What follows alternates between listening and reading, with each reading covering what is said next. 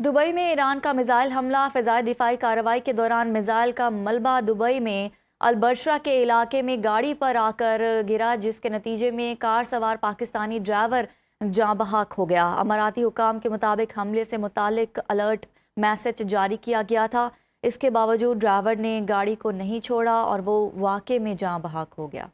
امریکہ اور اسرائیل کے ایران پر 9ویں روز بھی حملے جاری۔ تہران، یز، ہمدان اور اصفہان میں دھماکے، آزادی ٹاور کے قریب کئی عمارتیں تباہ ہو گئیں۔ ایرانی ہلال احمر کے مطابق امریکی اور اسرائیلی حملوں میں 6,668 سویلین ٹارگٹس کو نشانہ بنایا گیا۔ طبی مراکز اور ہلال احمر کی 13 عمارتوں کو نقصان پہنچا۔ شہداء کی تعداد 1,332 ہو گئی۔ امریکی سینٹرل کمانڈ کے مطابق ایران کے 3,000 سے زائد اہداف کو نشانہ بنایا گیا۔ ایران کے 43 جنگی جہازوں کو نقصان پہنچایا۔ آپریشن میں فضائی، بحری اور ڈرون صلاحیت استعمال کی۔ قطر ایئر ویز کا آج سے محدود پروازیں شروع کرنے کا اعلان۔ ایرانی حکومت کا تاحکم ثانی تہران اسٹاک ایکسچینج کو بند رکھنے کا فیصلہ۔ اقوام متحدہ کا کہنا ہے کہ ایران سمیت مشرق وسطیٰ میں نیا انسانی بحران جنم لے رہا ہے۔ ایران کا اسرائیل کے خلاف آپریشن وعدہ صادق چہارم کی 27ویں لہر۔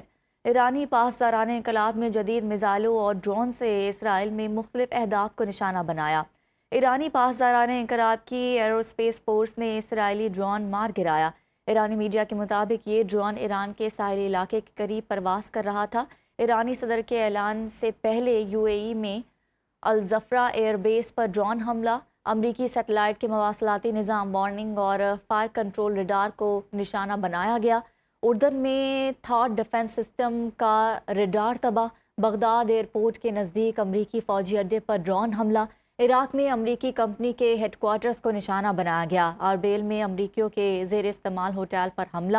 سعودی عرب کا شیبہ آئل فیلڈ کی جانب آنے والے 6 ڈرون تباہ کرنے کا دعویٰ۔ لبنان میں اسرائیل اور حزب اللہ کے درمیان شدید جھڑپیں۔ لبنان میں اسرائیلی حملوں میں شہادتوں کی تعداد 217 ہو گئی۔ سعودی دارالحکومت ریاض کے ڈپلومیٹک کوارٹر پر ڈرون طیارے کا حملہ۔ سعودی وزارت دفاع کے مطابق ایرانی ڈرون طیارے نے سفارت خانوں کو ٹارگٹ کیا تھا۔ ڈرون طیارے کو فضا میں ہی تباہ کر دیا گیا۔ ڈرون طیارے کا ملبہ گرنے سے کوئی جانی نقصان نہیں ہوا۔ ایران کے خلاف جنگ میں مارے جانے والے امریکی فوجیوں کے تابوت امریکہ پہنچنا شروع ہو گئے۔ کویتی ایئر بیس پر حملے میں ہلاک ہونے والے فوجیوں کی میتیں امریکہ پہنچائی گئی۔ امریکی صدر ٹرمپ نے دوور ایئر بیس پر ہلاک ہونے والے 6 امریکی فوجیوں کے تابوت وصول کیے۔ اس موقع پر میلانیا ٹرمپ اور نائب صدر JD وینس بھی موجود تھے۔ صدر ٹرمپ نے ایئر بیس پر ہلاک فوجیوں کے اہل خانہ سے بھی ملاقات کی۔ یہ امریکی فوجی ایران کے خلاف جنگ میں ایرانی حملوں میں مارے گئے تھے۔ کویت میں مرنے والے امریکی فوجیوں میں major Jeffrey, chief warrant officer, captain Cody, sergeant اور دیگر شامل۔ ایرانی فضائیہ اور نیوی کا صفایا کر دیا۔ ایران میں ایسا صدر چاہتے ہیں جو ملک کو جنگ کی طرف نہ لے جائے۔ امریکی صدر کی ایئر فورس 1 طیارے میں میڈیا سے گفتگو۔ کہا کہ پہلے کسی صدر میں ہمت نہیں تھی کہ ایران پر حملہ کرے۔ اگر ایرانی قیادت سرنڈر کرے تو پھر سرنڈر کرنے کے لیے کوئی نہیں بچے گا۔ ضرورت پڑنے پر ممکن ہے کہ امریکہ ایران میں زمینی فوج بھیجے جو ایرانیوں کے لیے تباہ کن ہوگی۔ انہوں نے کہا کہ برطانیہ کبھی ہمارا عظیم اتحادی تھا۔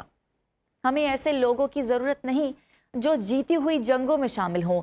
صدر ٹرمپ نے میناب اسکول پر حملے کا ذمہ دار ایران کو قرار دے دیا۔ کہا کہ جو انہوں نے دیکھا اس کے مطابق اسکول پر ایران نے حملہ کیا۔ ایران کے میزائل سسٹمز کو بھی تباہ کر دیا ہے۔ اب ایران کی طرف سے زیادہ میزائل نہیں آ رہے۔ ٹرمپ نے کہا کہ ایران کی معافی ہماری اور مشرق وسطیٰ کے ممالک کی فتح ہے۔ مشرق وسطیٰ کے ممالک ہمارے دوست ہیں اور اچھا ہوا کہ ایران نے معذرت کر دی۔ انہوں نے ایران کے مشرق وسطیٰ پر حملوں سے پیچھے ہٹنے کو سرنڈر قرار دیا اور کہا کہ ایران نے خواہش ظاہر کی ہے لیکن ہم ایسا نہیں چاہتے۔